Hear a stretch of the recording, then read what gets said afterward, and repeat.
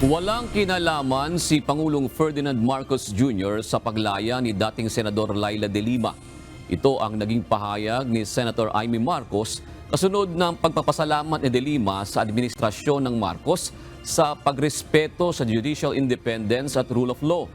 Ayon sa presidential sister, hindi maaaring makialam ang kahit sino sa hudikatura at dapat protektahan ang pagiging independyente nito. Anya, ang piyansa ni dating Senador de Lima ang patunay na umiiral ang kasarinlan ng judicial branch at walang kinalaman o kinikilingan sa politika ang mga korte sa bansa. Tingin pa ng senadora, pinagtitibay nito ang kanyang posisyon sa na walang jurisdiksyon ng International Criminal Court o ICC sa mga Pilipino, lalo na kay dating Pangulong Rodrigo Duterte, at walaan niya itong karapatang makialam sa sistema ng katarungan sa bansa.